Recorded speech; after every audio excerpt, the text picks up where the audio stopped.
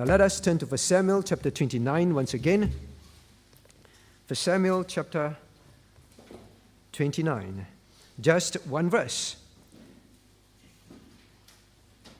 Verse 8. And David said unto Achish, But what have I done?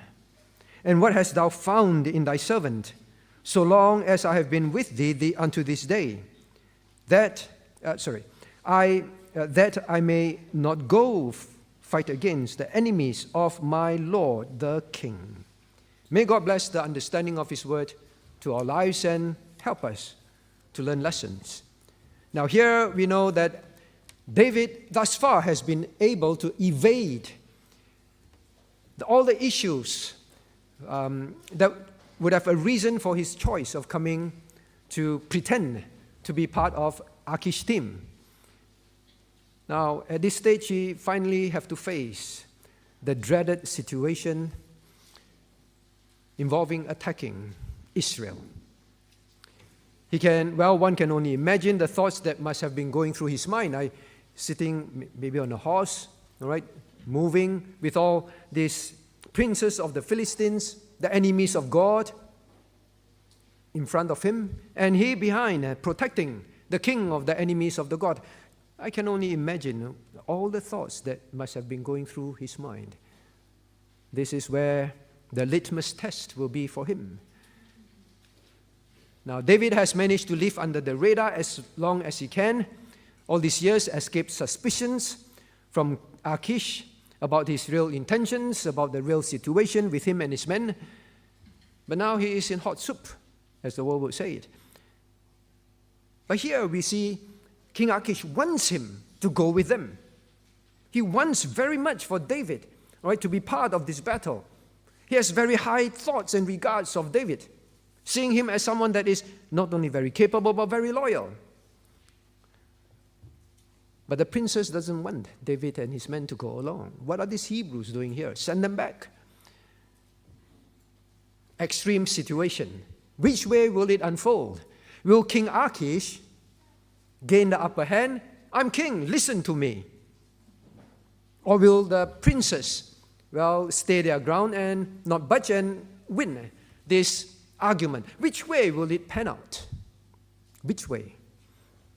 Well, as the situation unfolds, all right, as the situation unfolds, David has to play by ear. Which way is it going to go? What should I say? How should I extricate myself from this situation? All right? What should I say and do in order that I would not raise further suspicions and will be able to get out of this situation intact, still in King Achish's good books? And at times we may find ourselves in such a situation in life. Either because we, like David, has done something wrong, got ourselves in hot soup, and then we have to watch, all right, the arguments or the situation or the people talking before us, and then we have to watch which way is it going to pan out. And then depending on that, how do I respond? How do I respond? It can happen at work, in school, among friends, in church. Sometimes it's just, we are caught in a situation, right? And things are just unfolding before us. Now, we will also play by ear, right? We will play by ear. So, I hope that we can learn three things from this situation, right? Number one, now, how do we play by ear? Look at David. David was caught in this very precarious situation. He needs to watch how things will pan out. And then from there, respond, right? We saw how he responded. Now, from this response, then we learn. Now, obviously, David has to still secure the trust of King Achish. If after the battle, if the Philistines wins, then he has to still stay in the land, right? If the Israelites win, then King Saul will be strengthened further. So he has to play by ear. Now, this statement, playing by ear, this idiom, what does it mean? It is to deal with a situation as it develops, all right? Now, it may not necessarily be an evil situation, an evil response. We sometimes have to play by ear. How the weather turns out today, whether we will go for Sunday school outing. We play by ear in that sense. Sometimes we play by ear. How are things happening at home? Is it the right time to do this or do that? Sometimes we have to play by ear, all right? Not necessarily a bad response. Playing by ear is rather than relying on a fixed plan, all right? We need to see how things unfold and then how the situation pans out and respond accordingly. Now, in this situation, it was a negative one, obviously, right?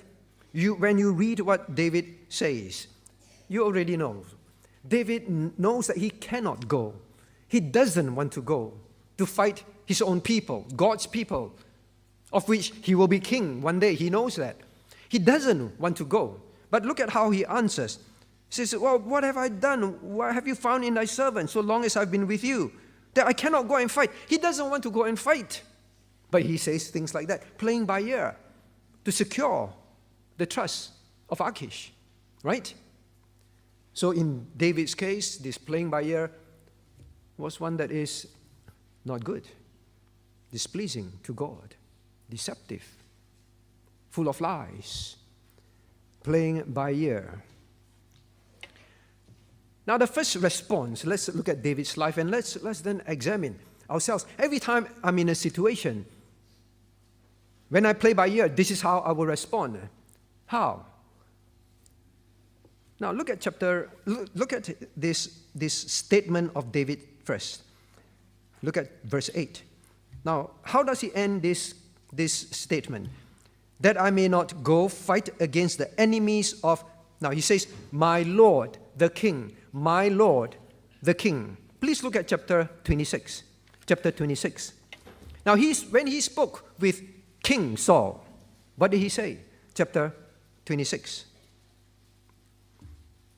Look at verse 18. Now, same statements. Look at verse 18. And he said, wherefore doth my Lord thus pursue after his servant? For what have I done?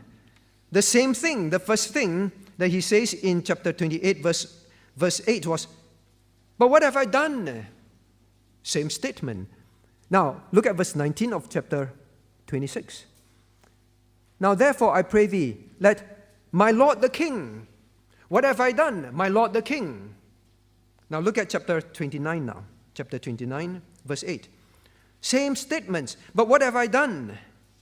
My Lord the King. Well, the first thing we learn is this. Well, we can use the very same statements, but with totally different motives. This is how we will respond. Now, in the first instance, in chapter 26, it was a sincere one. My Lord, the King. We knew he would not touch the Lord's anointed. It was genuine, my Lord, the King. What have I done? Genuine as well. He has not done anything wrong. He knows in his conscience, in his heart. But here, it was different. He knew in his conscience he was being deceptive. But he says, what have I done? He knew that in the past, look at chapter 27, he went round killing the enemies of Israel, but yet make it sound like he was doing King Achish a favor, right? Chapter 27, verse 10. When he asked, where have you gone? I said, I've done this, I've done that, I've done this, I've done that. All lies. He knew in his conscience, this statement, what have I done, was fake, hypocritical, deceptive, full of lies. It's different this time. My Lord the King. He acknowledged King Saul as king, but he knows that in his heart that he's not acknowledging Achish as my Lord the King. Now, when we play by ear, we will be insincere, hypocritical. So every time you say something to someone, ask yourself, I'm saying these words, but are they genuine before God and men? The second one, right? The second one. So we will watch how things pan out, right? This time, what have I done? My Lord the King. We just watch how things unfold. That is the first one, and we will say things accordingly to our benefit. That is the first response that we want to learn, that we must learn, rather, not to have. Now then, the second one is we will, in such situation, playing by ear, take advantage of what others seem to be thinking. Take advantage of what others seem to be thinking. Because you're watching how things pan out, right? Playing by ear. What are the people thinking? David took advantage of King Achish's good impression of him. Good impression of him. Look at verse 6. And Achish called David and said unto him, Surely as the Lord liveth, thou hast been upright, and thy going out and thy coming in with me in thy host is good in my sight, for I have not found evil in thee since the day of thy coming unto me, unto this day. Nevertheless, the Lord's favor thee not. Achish has a good impression of me, right? Now with that, I have to now play by ear to take advantage of that. David didn't know how the battle will end, but he knows. At least at this point, he must be in King Achish's good books. Now, when we are in a situation like that, we know that someone else has a good image of us. Could be your boss, could be your teacher, right? Could be someone in church. It could be your parents even, right? So child, you know, right? Dad and mom always thinks that I'm the good one, right? When you play by ear, you will watch that. How is dad and mom responding to this situation? They're thinking, no, it's always the younger one, right? The older one is good, or whichever way. Then you want to see, let me see how can I take advantage of this situation. Your boss as well. Well, your boss has said many things. You know, I really trust you, but somehow, the other people they say these things about you. Now I can take advantage of what the boss thinks. Say things to him like, oh, what have I done, to make him feel like, yeah, you feel, the boss will begin to feel so pitiful, right? This guy is in this kind of situation where others malign him. So untrue. Now we need to be very cautious. Because if you're someone who wants to maintain and further a favorable image of yourself, you already have a good image, but you want to further that, maintain that, not just maintain, but further that. Even in this dire situation, right? I want to go. Oh, they say you shouldn't go. Now here is where we begin to see how the wind blows and gamble on what we feel will help us, right? Will help us to further that image. Now, frankly, look at verse 8. Verse 6. From what King Achish said, it was so glowing, right? Like glowing trust and favor and such a high impression of David. Not just good, but very high impression of David. Now, David will know that by this time, there is very little chance that what he says is going to be detrimental to him. What do I mean by that? Now, look at verse 6. By the time he said all this, then he says, well, the Lord don't favor you. Look at verse 7. Wherefore, now return and go in peace. Now he watched the wind. He watched how things pan out. Looks like the princes have won. Because the king himself, he said, go home, return in peace, so that you don't displease the Lord.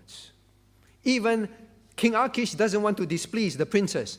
So verse 8, whatever David would say, he knew that the conclusion was, or the decision has already been taken. Already taken. So now he would, play by ear, whatever he says, he knows King Achish will still say, go back. So now he can paint any picture of himself. Like he's so misunderstood, like he's so loyal to King Achish, but there are no choice.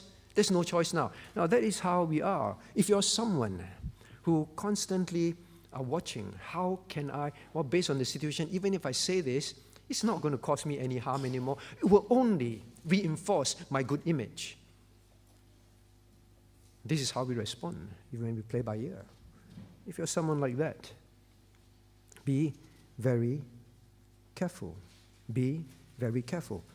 Now, if you're honest, if you look back in your life since you're a kid till now, if you know that is your propensity, all right, your tendency, are you like that? Then you must know, well, looks like I'm someone who plays by ear, and now I begin to realize this is how I respond, all right? To solidify a good impression, this is what I will do. So this is how we respond, all right? We behave. Can you identify these situations in your life? Can you?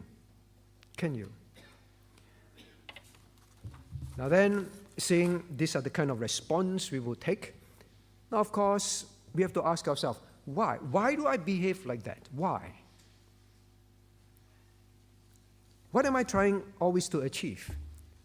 Because changing our character, changing our repenting of such a behavior begins with recognition, right? Recognition of, why do I do this? Let's be very honest. I can see myself very often doing this at work, or rather responding this way at work. See how the wind blows, see how things will pan out. How can I solidify my impression, my good impression on others? This is how I respond. Now, why are we like that? Identified in us. Look at verse 8. We can learn 4 things, at least, from David's response. Why? Why does David behave like that? And me? Verse 8. First statement he made was, but what have I done? What have I done? Now, why do we play by ear and try to see what to say and what to do? Because we don't want to seem, or rather we want to be seen as without fault. What have I done? The question is, to beg the answer, what fault have I committed? What wrong have I committed?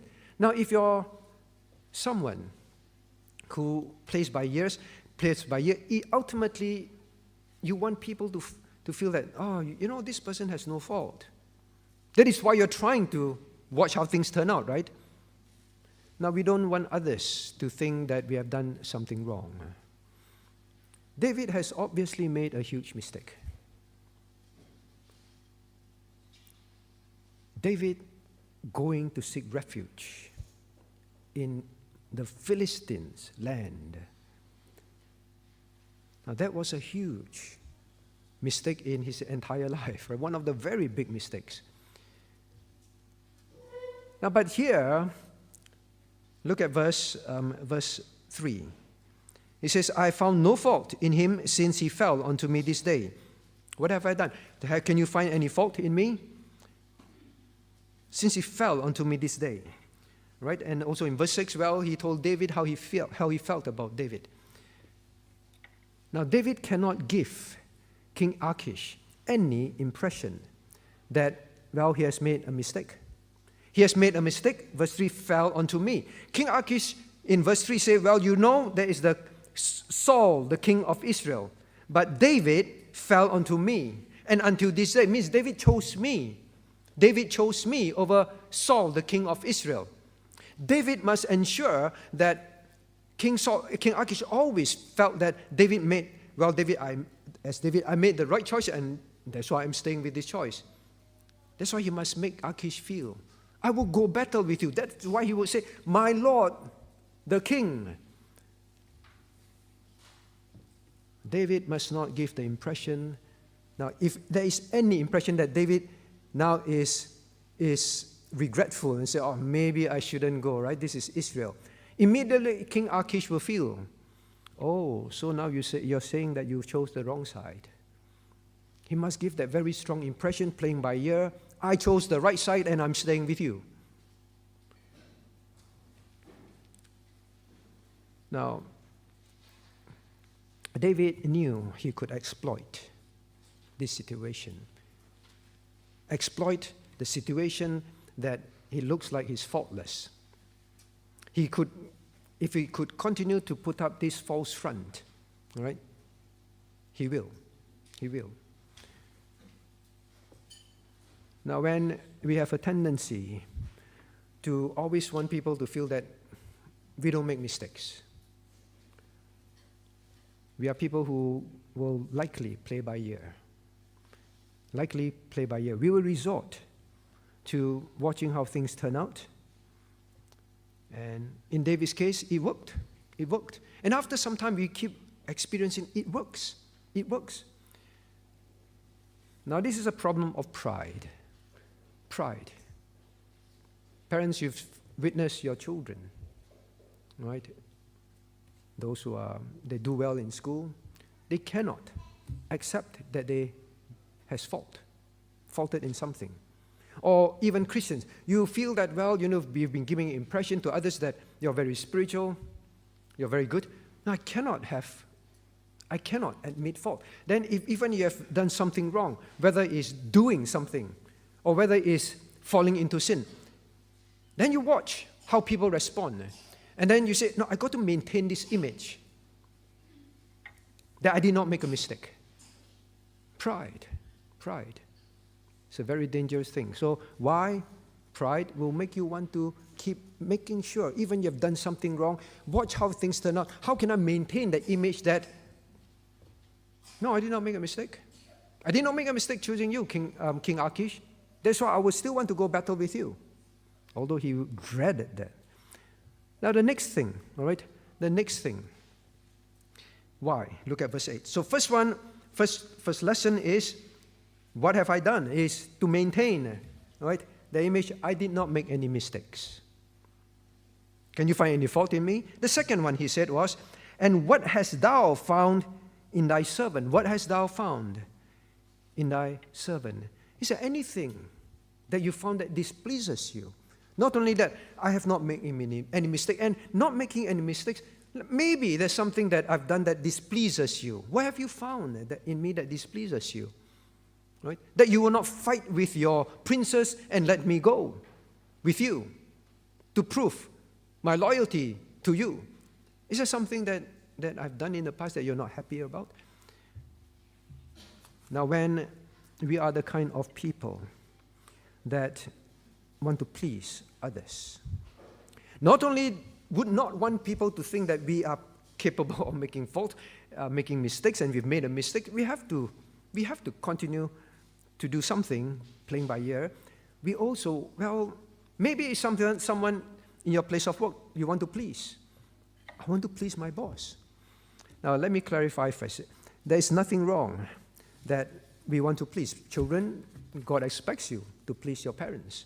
It is right in the sight of the Lord, right? When they ask you to do something non-sinful, obviously. God wants you to please your parents. Well, we should bear a good testimony, not displease our bosses. Whatever is right, whatever is our duty, that's not sinful, we do it to bear a good testimony, all right? Not to displease them. But here, David was doing something that is not for a testimony. It's purely for keeping, for his personal benefit, taking advantage of the situation. He was lying, outright lying, all right? So this is a very different situation, all right? Yeah, sometimes we will have to watch the situation. This is the best time to bring up something. I will bring it up, but this may not be the best time. Right? We have to watch. It is true. We play by ear. But here it is pure deception and hypocrisy.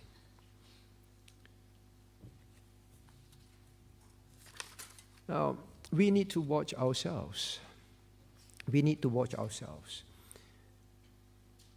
Sometimes we may be people that, well, constantly want others, all right, not to be displeased with us. Then we just keep watching situations, and then we will even lie to keep them happy. Right. In David's situation, lying to actually keep himself safe. But he needs King Achish to not be displeased with him. Okay? Now the next one, all right, verse 8. Verse 8 still. So the second one. The first one, I want to recap. We don't want people to see that we have made a mistake. The second one, we want people to be pleased with us. If you're such a character, you will be typically one that will play by ear to maintain that. Look at verse 8. Then the third thing that he would say, so long as I have been with thee unto this day. Now this is to maintain the impression of a track record, to maintain the impression of a good track record. I have been with thee unto this day. Have I not proven myself all this time? Right? First, I did not make mistake any in this situation. Neither have I made mistakes in the past. And now I must maintain that, right? David has to give that impression. Whichever way it panned out, well, maybe he may need to continue to stay with the Philistines, then he has to maintain that. Now, if we are people who are also like that, it's also pride, right? All these years, pride. The more other people have a good impression about our past achievements or performance, the more we will be tempted to play by ear. Especially if we are people who are prideful.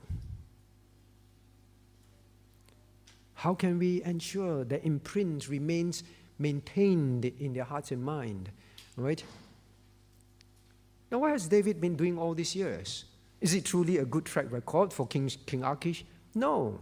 Look at chapter 27, verse 9. And David smote the land, left neither man or woman alive, and took away the sheep and the oxen and the asses and the camels and the pearls, and returned and came unto Achish. Now then, look at verse 11.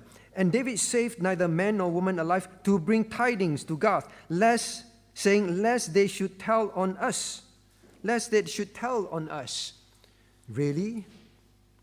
Was his track record one that is so loyal to King Achish?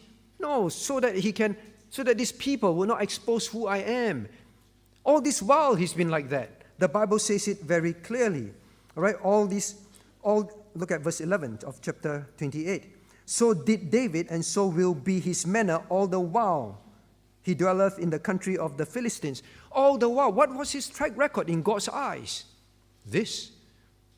You see, when we are people who have an inclination to want to not look good, not just look good, but as if we have always been like that and will always be like that.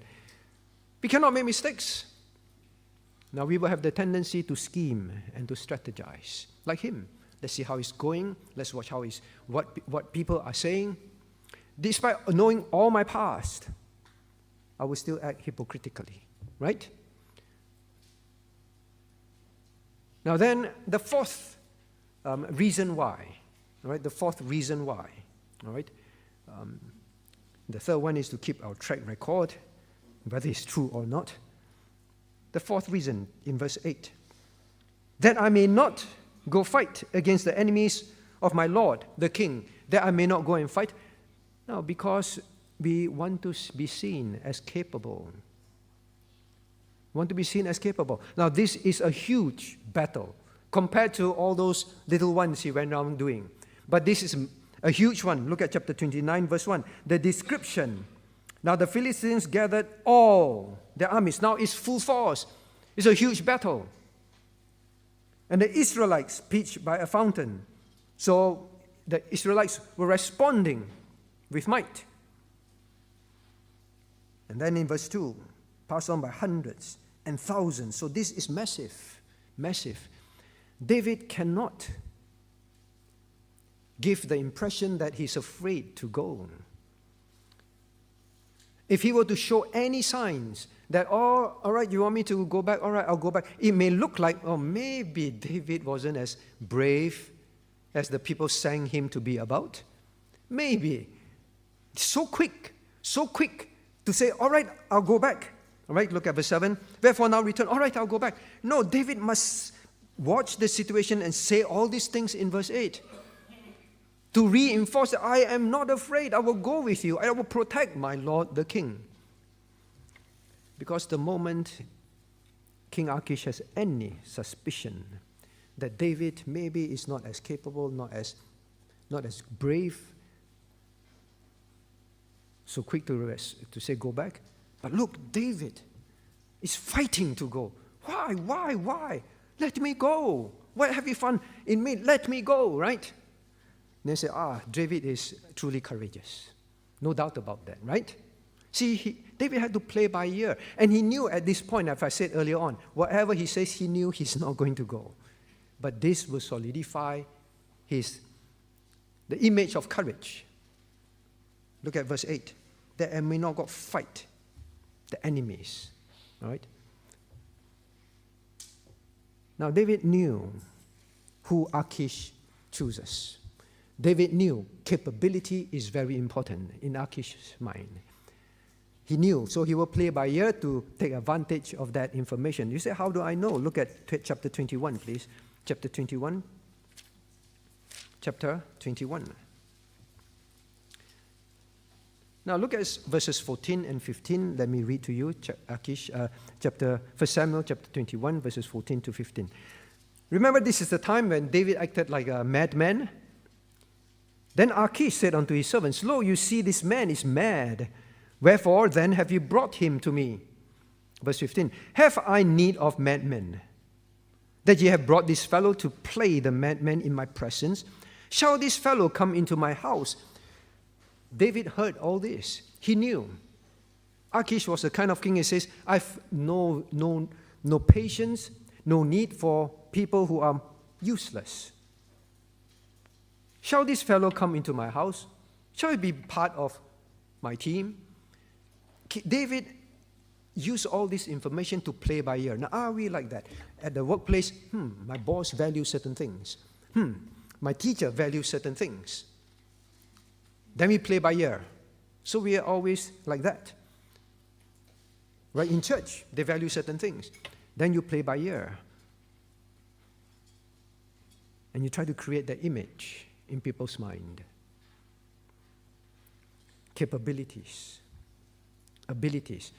Now I want to say again, I'm not saying that you must, when your boss asks about your capabilities, right, you must lie and say that you're no good. David was doing all this for a different reason. Please understand that. But if we are doing all this to play up our value, which we know is hypocritical and false, not truthful, like David, in David's case. Right? He had all other intentions, impure intentions. Are we like that? Now, whenever you have to give an account of your capabilities, always ask about your motives, why you write certain things, right? Be honest, right? Write the good and the weaknesses. And you know that you're honest, right? Don't be someone who play by ear and just say whatever would cause people to feel certain things about you, right? Be careful. Now then the last one, all right, last one. Now David, look at verse 2. David and his men pass on the reward with Achish. Why do we play by ear? Now sometimes it is to protect others. David knew that if he did not play by ear and try to reinforce certain image about himself, though it's all hypocritical, deceptive. Now if he will say, and he exposed himself, exposed the truth, even his men will be in trouble, right? His men will be in trouble. Now sometimes when we are in a situation where not just we may get in trouble, but our children, our family, maybe you may lose your job and so on. Now to protect all these things, you may have then the temptation to deceive, to lie, to create all this impression so that you can keep your job. I'm not saying that keeping your job is evil. but you never try to keep your job. You never try to protect yourself or others in the way that David did, right? Pure lies, saying all things that he knew many of them were not true. I don't want to go to fight. Oh, why can't I go and fight by your side? All that kind of things. Don't play by ear and behave this way. God knows, God sees. Protecting others is not evil. All right, but David was doing all this with lies and deception. Now, very often in life, we may face trials, threats, fearful situations. Sometimes it's taking a stand for the faith. Sometimes it's for doing what is right in the eyes of God. But all these fears will arise. Then you must say, I must not play by ear. I must not play by ear. Is it my pride? Ask yourself, is it my pride that I want people to see that I did not make a mistake? Is it my pride that I want people to think that I'm always good? I cannot make mistakes. Or what if they think that, well, oh, you mean you did that? Then all the things that you try to show to us, well, must have probably been you're not that good spiritually or technically, right? Is it because of my pride? Or is it fear, self-preservation at the expense of telling the truth? Playing by ear is often driven by all these things. Now, then we come to ask ourselves, well, we identify, well, these are the things that I do, right? How? How do I behave? This is how I behave. This is why I behave like that. Now then to ask, how to change? How to change? Well, why was David doing all this? The princes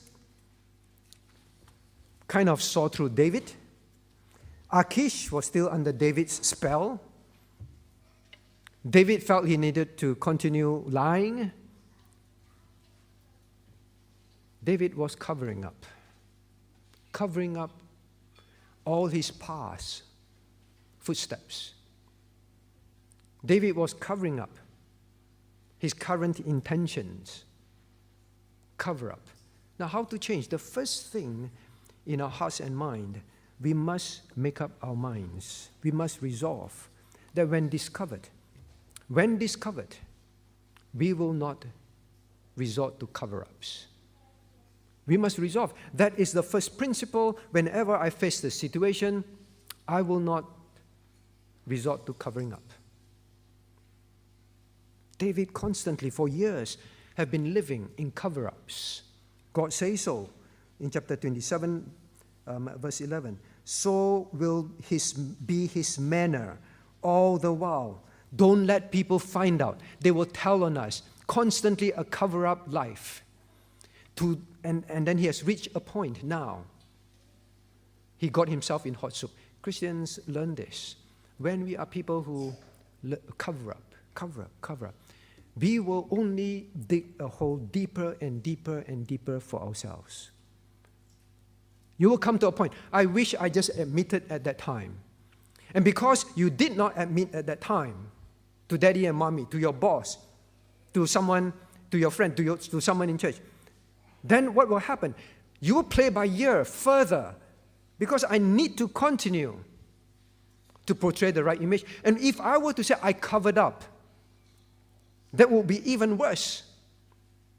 The temptation then to play by ear becomes stronger and stronger and stronger. That is David. Don't let them tell on us. And God says this will be his manner all this time. Even now, and he will dig this deep hole for himself. Right? He impressed King Achish so well. King Achish said, come, you will fight your people with me. And he will even call his own people the enemies, right? Enemies of my Lord. See how bad it can go? Don't be a person that cover up. Young people in school, you did something wrong. Your teacher asks you, what happened? Don't say, what have I done? Teacher, all this while you know what kind of person I am, right? If you've done it wrong in front of parents, teachers, don't cover up. Same for an adult at the workplace. Don't cover up. I've told you this story many times. I've engineers who cover up. I've customers, engineers who cover up. And when it's exposed, it's far worse. Never forget the meeting, right, with the CIO of a very well-known bank in the world. We had a meeting. The engineer was the one who caused the fault, but he covered up. He went in and changed the code to erase his mistake. And thank God one of my engineers found out. And we had to bring all the evidence to the CIO with the engineer in the room. And say, you know, we make mistakes. All you needed to do was admit it. Why did you cover up your tracks? This is the worst thing possible. Very capable engineer, right? Fired on the spot. Don't be someone who do cover ups, because the Bible warns us in Numbers 32, verse 23. But if ye will not do so, behold, ye have sinned against the Lord, and be sure your sin will find you out. Be sure. Not only your sin will find you out, be sure. Every time you want to cover up, God says, be sure your sin will find you out. It will eventually catch up. Now, remembering playing cover up, playing by ear to cover up, to convince, and to control damage, right? This is always because I want to control damage, whether it's in the thoughts of others or for your own life. It gets worse. Now then, in situations like that, do not take advantage of the trust of others. Daddy and mommy trust you. Your boss trusts you. Your teachers trust you. Your church trusts you. Learn this. Cover up is a betrayal of trust. Betrayal, all right? Don't do that. David saw that Achish was defending him, and he took full advantage of that.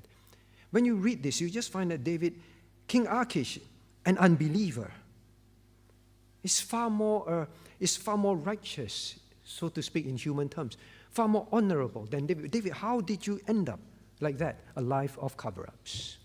A life of cover-ups. Now, it's easy to be like that. Easy to be like that. But I hope we remember this lesson. Now, the second thing about what we should do. David was told to go back in verse 7. David was told to go back in verse 7. Now return and go in peace, and thou displease not the lords of the Philistines. But David has been so used to taking advantage of situation, play by ear, play by ear, play by ear. He found that at this situation, I can play by ear again and really come out of this unscathed, and even solidifying my position in the heart of King Achish, right? David kept thinking. That is the problem.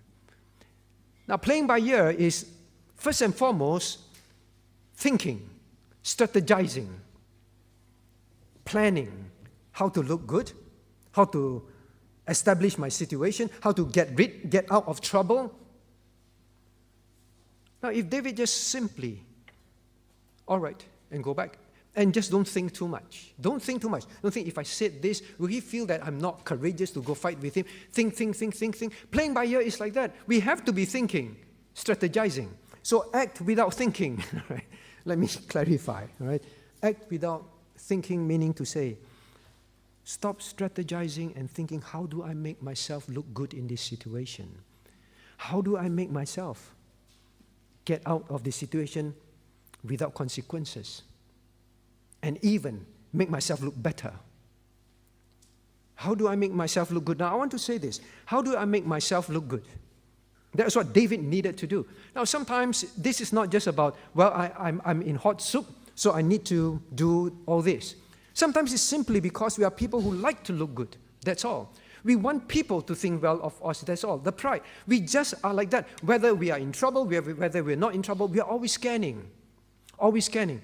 Wait. In this situation, if I said this, people say, wow, so spiritual, wow, so loving, wow, so kind. Then we will announce things aloud, right? Like him, announce this aloud. In front of his men, in front of King Achish, maybe some of the princes will also hear. You say, oh, because something or someone cannot, so I'm standing in, right? I'm helping, I'm doing this, I'm doing that, right? Then other people will think, wow, so loving, so kind, so generous, so sacrificial, right? We play by ear. Look, let me see, in this situation, I did something. How can I capitalize on this to really make myself look better than anyone else, right? Stop thinking. Just keep thinking of one thing. God is ever near me, hearing what I say. We teach children to sing that, right? God is ever near me. The omniscience of God now becomes practical. Just think of doing what is true and right before the God that is listening, that is seeing, not just what we do, but what is in our heart. Stop thinking about yourself. Just keep thinking of what God sees and knows. Now, such chances of making ourselves look good at work, in church, at home, in school, come very often, right? They occur very often. Steps to do in not thinking is this. If someone writes to you or someone asks you, well, seems like there is an error.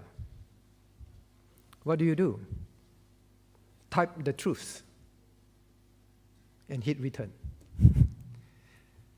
Type the truth, whether it's email, whether it's whatever messaging method you use, just type the truth and hit return and send. Return may not send. Make sure you send. Don't think. Don't think about how I want to say this to make myself look good, how I want to say this such that it can couch things, couch things, make the landing a bit softer for myself, right? Make myself look less bad. Don't think. State it and send. Because once you've sent it, you know that you can't backtrack. It's done. It's done. It's when we think and think, let me see how to make myself just state the truth. That's it. Now that gives you little chance. That gives your flesh little opportunity. That gives Satan no opportunity, in fact, to allow you to say things like David, right? Hitting return. I know in email sometimes you can delay and then say retract, right? Just hit return and go. Do not let your old man speak to you. Do not let your old flesh make you reconsider and strategize to make yourself look less bad, all right? Now, but I want to say something further about this. After you have sent the truth, still, make sure that you don't play by ear. Because here, you see, sometimes after things have happened, well, like King Achish, someone can still trust because of their trust in you, and so on. They continue, right, to, well, maybe take your side, or like, for example, child, you've done something wrong at home, then mommy comes to defend you. No, I think it's not this child, right? And then daddy still says, I think it's this child. Or same in the workplace, or same in church, right? Because they trust you. They trusted you. So do not begin to say, ooh, hang on, let me see. I've told the truth, but this person still says this. Now I want to take advantage of this situation. You continue to play by ear instead of stop thinking. Stop strategizing. Just stop strategizing. Now, how can I, after admitting the truth, since this person said this, like King Achish said all these things, right? How can I take advantage of that to make my mistake? Maybe look like not a mistake, to make my bad behavior at home, in school, to make it look not so bad, or even can actually completely change the whole situation. Yeah, maybe it's not him. Oh yeah, actually, it's not me, Dad, not me, boss. Don't continue to play by ear, all right? You may hit return, you may have sent, but now based on what the persons say, now you begin to play by ear again. Just stop. David did not stop. David has been living such a life since, the Bible says, since this is his manner. All the while while he dwelleth in the land, that was his behavior. He just would not stop. Just always scanning. Now the third one, look at verse 8. I would say verse 6. Now, then Achish called David and said unto him, look at what he says. Surely, begins with surely. I am so convinced, number one. As the Lord liveth, as the Lord liveth, thou hast been upright, number one. Going in and out has been good in my sight, and number two. Not found any evil in thee since the day you came. 4 things that Achish said to assure David, I absolutely trust you and I absolutely cannot find any evidence that there's anything wrong with you. It's the princess. Now look at chapter 29, verse 3. Now he told the princess, all these years I found no fault in him since he fell unto me unto this day. There is no evidence. All these years, all this time, there is no any fragment of evidence that David cannot be trusted. And David is not what he puts himself out to be. No evidence. No fault. He has not done anything that is wrong. Now, what to do if you are someone that tends to play by ear? One of the things we play by ear is, like David. Now in verse 6, Achish told David all these things so clearly. Now, David would come to the conclusion. King Achish is so convinced there is basically no evidence, any observable evidence that I have done anything wrong all these years with him. No evidence. Now that is why in verse 8, he was so ready to say this. There's no evidence.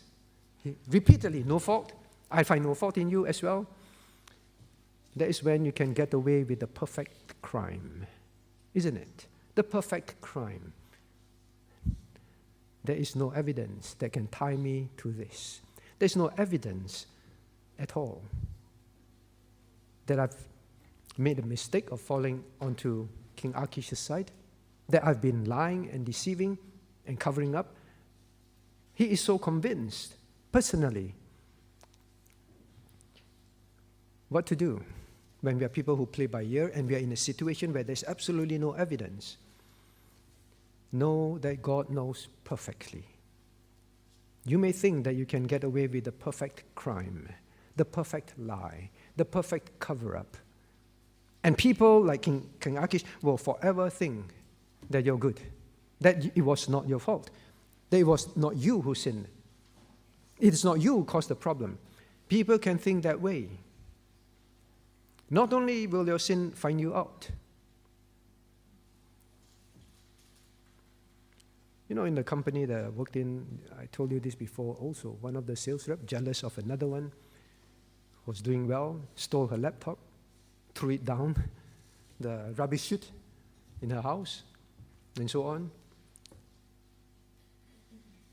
Now, eventually, sin will find you out. But God will expose you.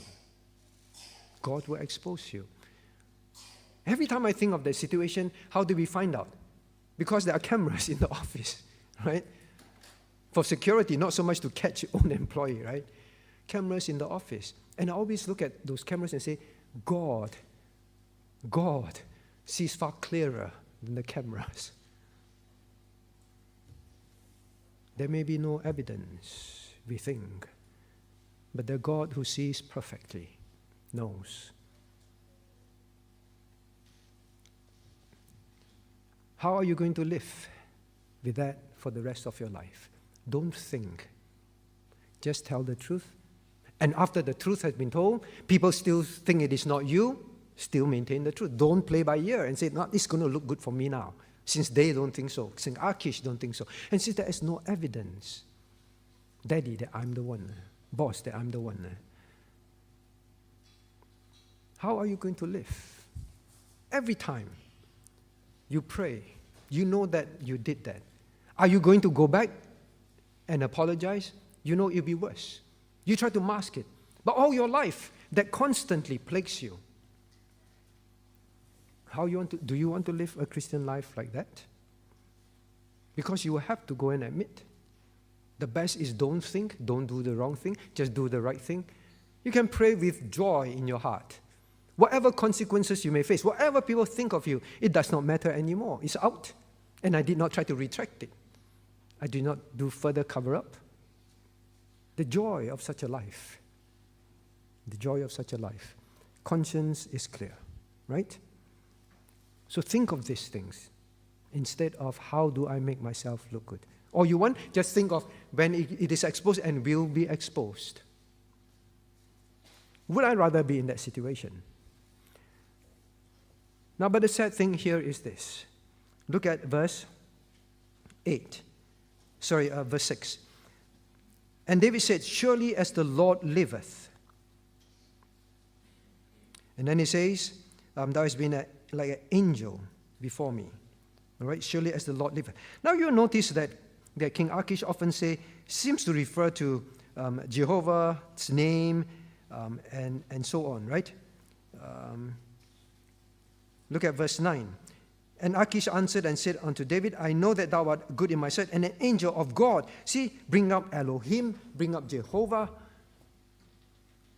I don't think King Achish was a believer, because if he was, the Holy Spirit will be in him. He would not have, as a king, marched with his princes to attack God's nation. All right? So I don't believe that he was a believer, at least from these facts. But he will keep using the names. Now it's quite evident that David would have talked about God to King Achish, right? This is why you should quote the Lord, God, and all that, and talk about angels of God.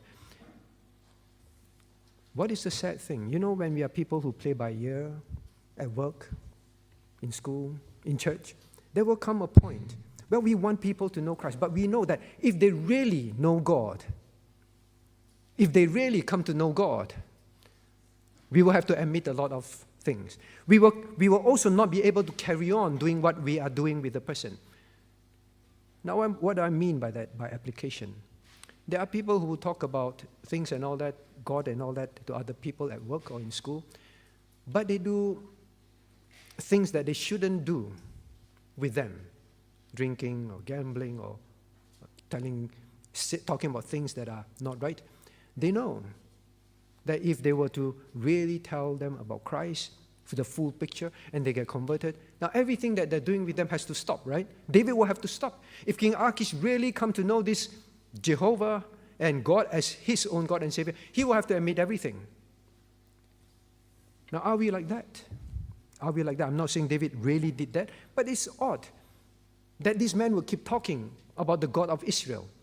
But yet, the way he talks is as if like he really thinks this God is good. But why would he still attack the nation? Why did he not get converted? Is it because David would not tell the full story?